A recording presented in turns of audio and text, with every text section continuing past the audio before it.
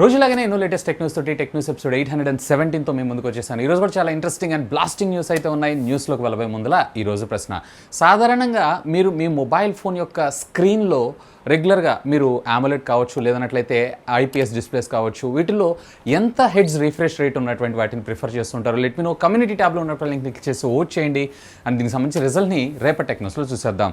So మొదటి news వచ్చేప్పుడు మనకు OnePlus నుంచే స్టార్ట్ చేద్దాం. OnePlus నుంచి ఈరోజు మరొక రెండర్ లీక్ ఈరోజు బయటకు రావడం జరిగింది.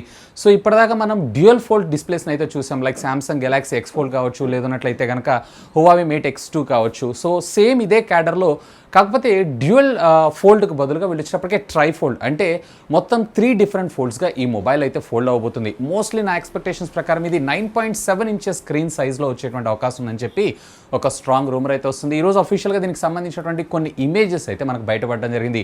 సో OnePlus బ్రాండ్ నుంచి ఎవరైతే ఫోల్డింగ్ ఫోన్ కోసం ఎక్స్పెక్ట్ చేస్తుంటారో ఐ థింక్ వాళ్ళకు కూడా టైం వచ్చిందని చెప్పొచ్చు. మోస్ట్లీ ఇది వచ్చేటప్పటికి మనకి Q2 ఆఫ్ 2022లో మన ముందుకు వచ్చేటువంటి అవకాశం ఉందంట. సో మోస్ట్లీ చూద్దాం. నా ఎక్స్పెక్టేషన్స్ ప్రకారం ఇది 1.5-2 lakhs క్రాస్ అయ్యేటువంటి అవకాశం ఉందని చెప్పి నేను అనుకుంటున్నాను. So anyway, hope for the best. Next చెప్పు మనకి Xiaomi దగ్గర నుంచి.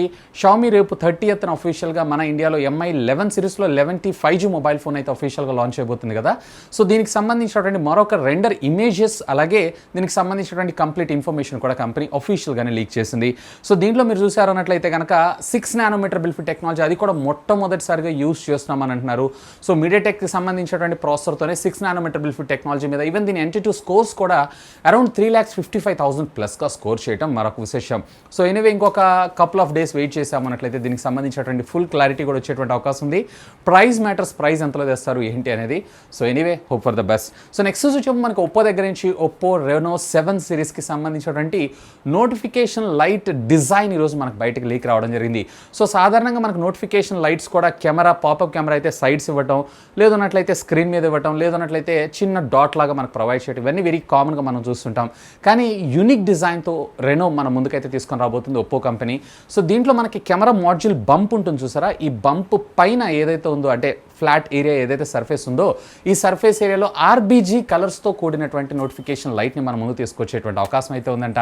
So anyway, notification light trend అనేది మళ్ళీ చేంజ్ అవుతుంది. ఒకప్పుడు ప్రీవియస్లీ మనము బాగా యూజ్ చేసేవాళ్ళం, మళ్ళీ ఇగ్నోర్ చేస్తున్నారు, మళ్ళీ ఇదే బౌన్స్ బ్యాక్ అయ్యి కొంచెం డిఫరెంట్ వే ఆఫ్ ప్రజెంటేషన్లో మన ముందుకైతే రాబోతుంది. సో ఎనీవే, డిజైన్ మాత్రం నాకు చాలా బాగా అనిపించింది. సో చూద్దాం దీని అవుట్పుట్ ఎలా ఉంటుంది ఏంటి అనే దాని గురించి. సో నెక్స్ట్ వచ్చేప్పుడు మనకు OnePlus దగ్గర నుంచి OnePlus 10 Pro mobile phone. Of course ఇది కూడా మనకి Q1 2022లో అయితే లాంచ్ కాబోతుంది. సో దీనికి సంబంధించినటువంటి కెమెరా కాన్ఫిగరేషన్స్లో కూడా జూమ్ కాంపాక్టబిలిటీస్ ఏవైతే వాటిని అఫీషియల్గా కంపెనీ ఈరోజు లీక్ చేసిందని మనం చెప్పుకోవచ్చు. సో దీంట్లో కూడా క్వైట్ సిమిలర్ సెన్సార్నే మనం యూజ్ చేసేటువంటి అవకాశం ఉందంట. OnePlus 9 Proలో ఏదైతే మనం చూసామో 50 MP IMX766 సెన్సార్నే.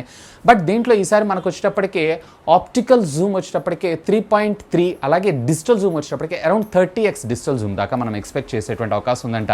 సో ఎనీవే, చూద్దాం మరి దీన్ని ఏం చేస్తారు. నెక్స్ట్ వచ్చి మనకి ఎయిర్టెల్ దగ్గర నుంచి. ఎయిర్టెల్ వరుసగా కంటిన్యూస్గా ఇది 4th టైం వీళ్ళకి సంబంధించినటువంటి రీఛార్జ్ వౌచర్ ప్లాన్స్ ఏవైతే మరొక 20% ఏదైతే ఉందో హైక్ చేయడం జరిగింది. ప్రీవియస్లీ మీకు బేస్ ప్లాన్ ఏదైతే ఉందో 79 రూపీస్కి 28 days ఏదో ప్రొవైడ్ చేస్తున్నారు కదా. సో దాన్ని ఇప్పుడు 99 రూపీస్గా కన్వర్ట్ చేయడం అయితే జరిగింది. సో ఈ రకంగా చేశారు అన్నట్లయితే జియో పోర్ట్కి, అంటే జియోకి వెళ్ళే వాళ్ళు ఎక్కువైపోతుంటారు. సో ఈ విధంగా అంటే కంపెనీస్ కూడా సస్టైన్ అవ్వాలి, జియోకి కాంపిటేటివ్గా రాలేకపోతున్నారు కాబట్టి సో కంపెనీ సస్టైన్ కోసం వీళ్ళైతే ప్రైజెస్ని హైక్ చేస్తున్నారని చెప్తున్నారు. సో చూద్దాం. ఎనీవే, ఎయిర్టెల్ యూజర్స్కి ఇది ఒక బ్యాడ్ న్యూస్ అనే చెప్పుకోవచ్చు. ఓవరాల్గా ప్రతి ఒక్క వౌచర్ మీద 25% ప్రైస్ అయితే హైక్ అయింది. సో నెక్స్ట్ వచ్చేప్పుడు మనకి next generation Qualcomm Snapdragon processors దగ్గర నుంచి.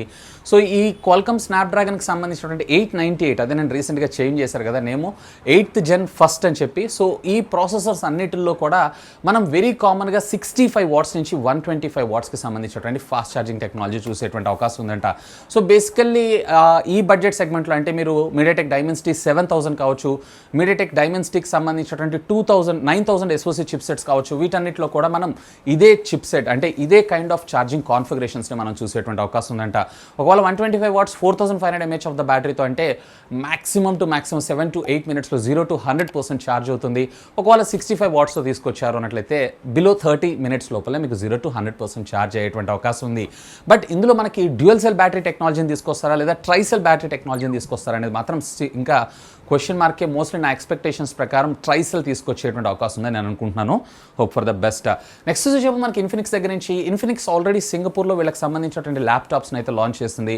ఇన్ఫినిక్స్ బ్రాండ్ మీ అందరికీ తెలిసిందే. సో కొంచెం బడ్జెట్ సెగ్మెంట్లో ఎవరైతే చూస్తుంటారో మంచి ల్యాప్టాప్ కొనుక్కుందాం అనుకున్న వాళ్ళు, ముఖ్యంగా స్టూడెంట్స్, ఇలాంటి వాళ్ళు అయితే దీన్ని కన్సిడర్ చేయొచ్చు.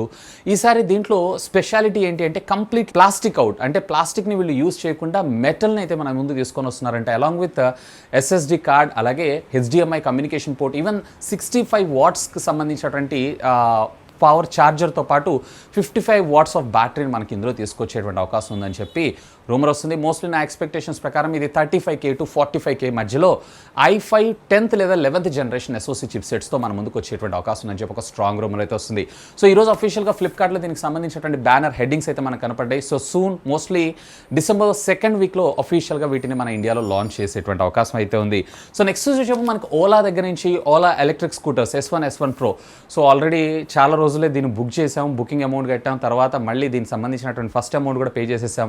ఈరోజు చావు కపూర్ చల్లగా అన్నట్లు వాళ్ళు మరొక ఇన్ఫర్మేషన్ అయితే ఇచ్చారు. So due to cause of chip shortage, ఇది మన ఇండియా అని కాదు, throughout the globally chip shortage అయితే ఉంది. ఈ చిప్ షార్టేజెస్ వల్ల వీటి యొక్క డెలివరీస్ మరింత డిలే అయ్యేటువంటి అవకాశం ఉందంట. యాక్చువల్గా మొన్న డిపాజిట్ పే చేయించుకున్నప్పుడు వీళ్ళైతే నవంబర్ 15th నుంచి డెలివరీస్ ఇస్తా అన్నారు. అసలు ఫస్ట్ దివాళీ అన్నారు, తర్వాత నవంబర్ 15th అన్నారు. సో ఇప్పుడు వచ్చేటప్పటికి ఇది మరింత డిలే, డిసెంబర్ 2nd వీక్, అంటే డిసెంబర్ 15 తర్వాత. మోస్ట్లీ క్రిస్మస్కి మీ దగ్గర వెహికల్స్ వచ్చినా కానీ ఆశ్చర్యపడాల్సిన విషయం అయితే లేదు. సో ఎవరైతే బుక్ చేశారో వీళ్ళైతే మరికొన్ని రోజులు అయితే వెయిట్ చేయాల్సిందే.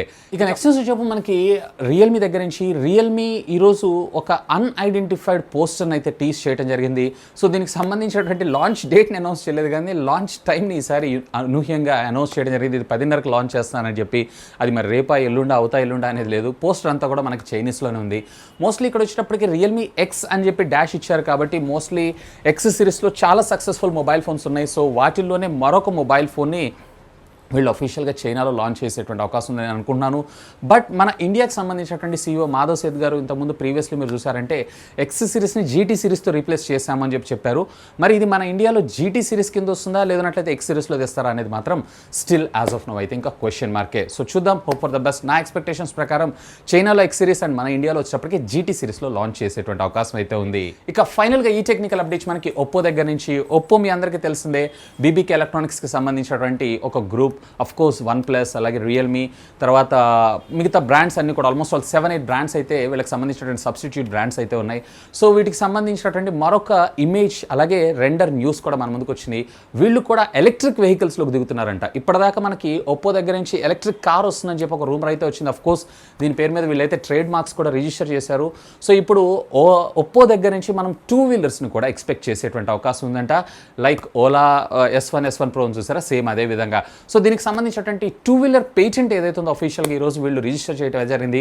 సో 2024 ఫస్ట్ క్వార్టర్ కల్లా వీళ్ళకి సంబంధించినటువంటి ఈ వెహికల్స్ 2 వీలర్స్ అండ్ 4 వీలర్స్ రెండు కూడా ఫస్ట్ ఆఫ్ ఆల్ ఇనిషియల్గా చైనీస్ మార్కెట్లో, ఆ తర్వాత మన ఇండియన్ మార్కెట్లో కూడా తీసుకొచ్చేటువంటి అవకాశం ఉందంట. సో ఇవి ఫ్రెండ్స్ ఈరోజు నాకు కొంచెం ఇంట్రెస్టింగ్గా అనిపించినటువంటి latest happening and trending techniques అయితే. వీడియో నచ్చితే గట్టిగా లైక్ చేయండి, అలాగే మీ ఫ్రెండ్స్ అండ్ ఫ్యామిలీ మెంబర్స్తో షేర్ చేసుకోగలరని మనవి. ఇంకా మన ఛానల్ని సబ్స్క్రైబ్ చేసుకోకుండా ఉన్నట్లయితే ప్లీజ్ సబ్స్క్రైబ్ చేసుకొని నన్ను సపోర్ట్ చేయండి. That's all for today. This is Vasu signing off. Have a great day.